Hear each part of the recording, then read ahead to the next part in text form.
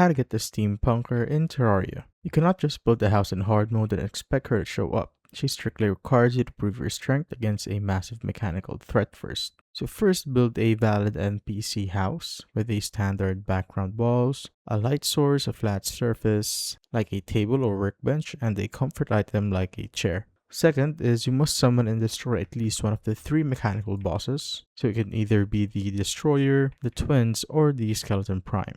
And the absolute easiest and fastest target to kill is the Destroyer. Just summon the Destroyer right here, and make sure that you have piercing weapons like the Daedalus Stormbow paired with the Holy Arrows. But for me, I'm just going to use my Zenith right there, just like that. And once the boss is completely destroyed and you have a vacant house available in your home, the Steampunker will automatically move in during daytime. As you can see, I already have the Steampunker in my home right here. And you need her to buy the Contaminator and its colored solutions, which are absolutely mandatory for rapidly cleansing or spreading biome infections across your entire world, as well as purchasing teleporters for instant map travel. And that's how I basically get the Steampunker in Terraria.